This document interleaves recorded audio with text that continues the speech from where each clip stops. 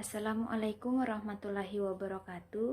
Saya Sri Elsi dari mahasiswa program studi Bioteknologi Universitas Halu Oleo ingin mempresentasikan masalah restorasi lahan tambang tentang kajian fitoremediasi sebagai salah satu upaya menurunkan akumulasi logam akibat air asam tambang pada lahan bekas tambang batu bara. Adapun pokok pembahasan pada presentasi kali ini yaitu ada pertambangan, yang kedua itu proses pertambangan, yang ketiga masalah yang muncul pasca pertambangan, dan yang keempat itu solusi bioteknologi. Pertambangan merupakan suatu kegiatan yang dilakukan dengan penggalian ke dalam tanah untuk mendapatkan sesuatu berupa hasil tambang. Berdasarkan pasal 1 ayat 1 Undang-Undang Nomor 4 Tahun 2009, pertambangan adalah sebagian atau seluruh tahapan kegiatan dalam rangka penelitian, pengelolaan, pemurnian, pengangkutan, dan penjualan hasil kegiatan pasca tambang.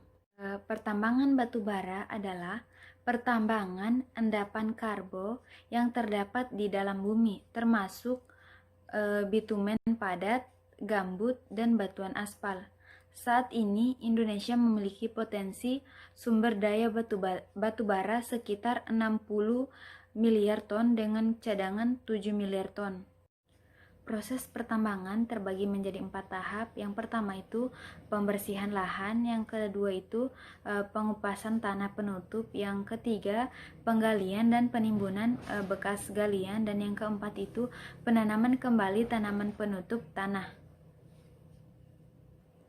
Nah, tahap pertama ini pembersihan lahan dari vegetasi yang menutupi lapisan tanah permukaan dilakukan dengan bulldozer atau eskavator, dan yang kedua itu pengupasan tanah penutup. Tanah penutup dikupas dan dibiarkan ke tempat penimbunan sementara atau ditata dan disebar di area pembuangan akhir. Dan yang ketiga penggalian dan penimbunan kembali hasil galian.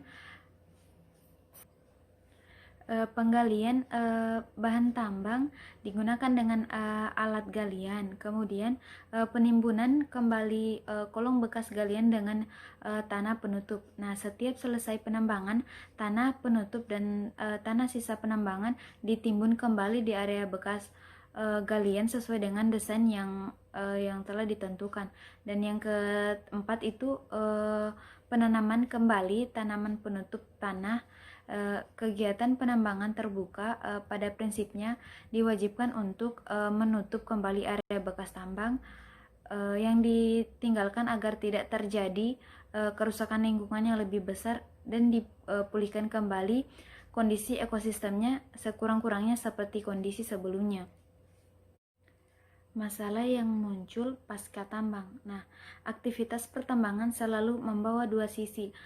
Sisi pertama adalah memacu kemakmuran ekonomi negara, dan sisi yang kedua yaitu timbulnya dampak lingkungan yang memerlukan tenaga, pikiran, dan biaya yang cukup signifikan untuk proses pemulihannya.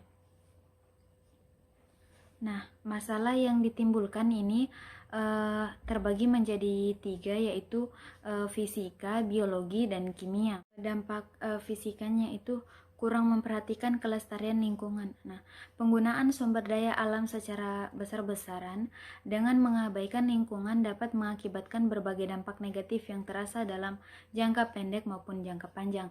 Nah, salah satu masalah kerusakan lingkungan akibat pertambangan batu bara adalah degradasi lahan yang besar, yang apabila tidak ditanggulangi secara cepat dan tepat akan menjadi lahan kritis sampai akhirnya menjadi gersang. Dampak kimianya itu limbah kegiatan pertambangan. Nah, limbah kegiatan pertambangan ini berupa padatan maupun cairan. Nah, pertambangan merusak eksistensi hutan dan formasi geologis yang pembentukannya memerlukan waktu jutaan tahun. Nah, curah hujan yang tinggi dan sisa bahan galian yang tersusun atas mineral sulfidik merupakan penyebab utama tingginya fenomena air asam tambang di Indonesia. Air asam tambang mengakibatkan air di sekitar lokasi penambangan tidak layak untuk mendukung kehidupan masyarakat di sekitarnya. Dampak biologi, nah menurunnya mikroorganisme tanah. Populasi mikroba tanah merupakan salah satu komponen terpenting dari tanah. Peranannya sangat aktif dalam meningkatkan stabilitas agregat dan memperbaiki porositas tanah sehingga kondisi tanah mendukung tanaman agar tumbuh normal. Aktivitas mikroba dapat menurun. Air asam tambang merupakan limbah pencemaran lingkungan yang terjadi akibat aktivitas pertambangan. Nah, limbah ini terjadi karena adanya proses oksidasi bahan mineral pirit dan bahan mineral sulfida lainnya yang muncul ke permukaan tanah dalam proses pengambilan bahan mineral tambang. Menurut Wahyudi dan kawan-kawan 2018.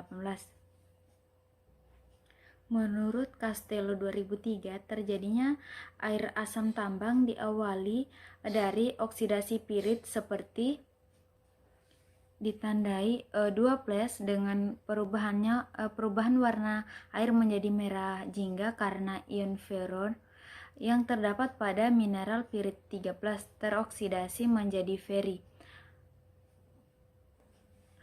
Air asam tambang ditandai dengan pH yang sangat rendah, konsentrasi sulfat tinggi, dan terjadi akumulasi logam-logam berat.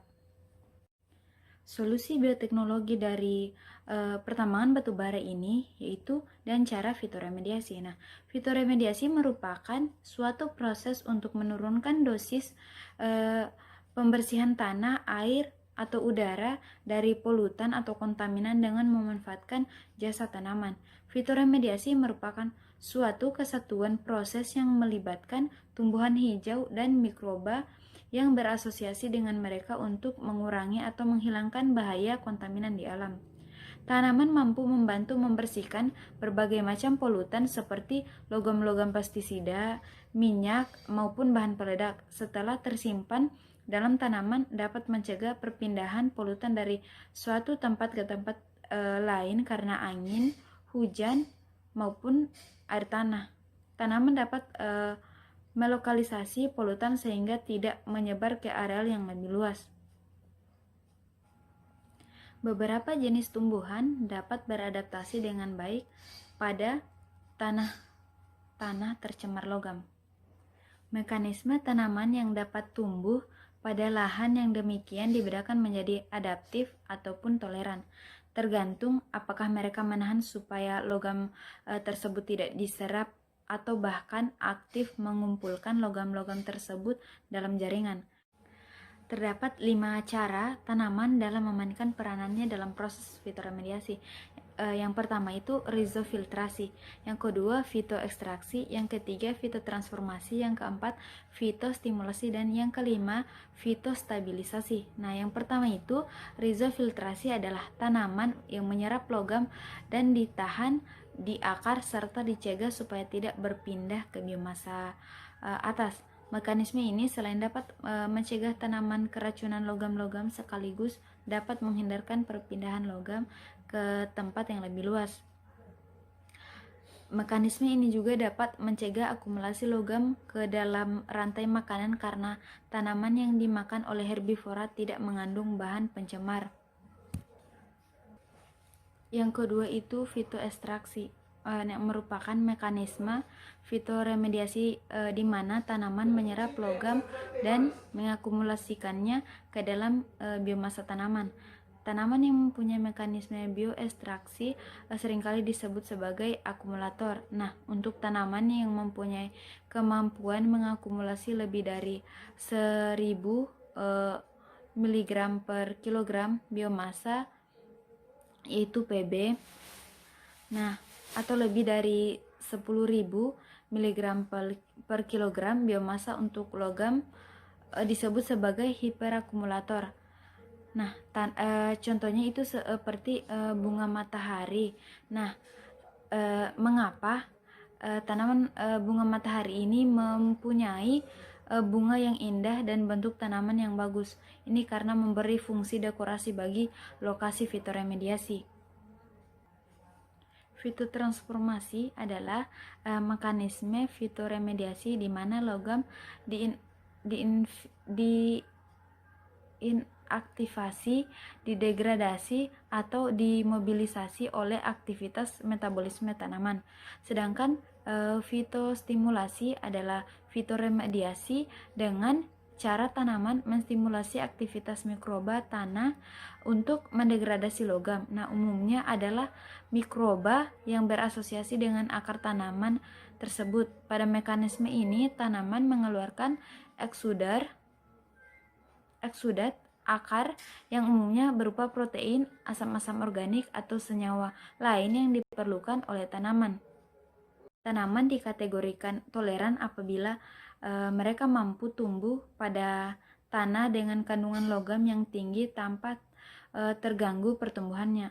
Yang dikategorikan adaptif apabila mereka secara aktif beradaptasi terhadap kandungan logam yang tinggi dalam tanah. Adaptasi yang dilakukan yaitu menahan logam pada akar ataupun mengumpulkan dan melokalisir logam pada vakuola sel.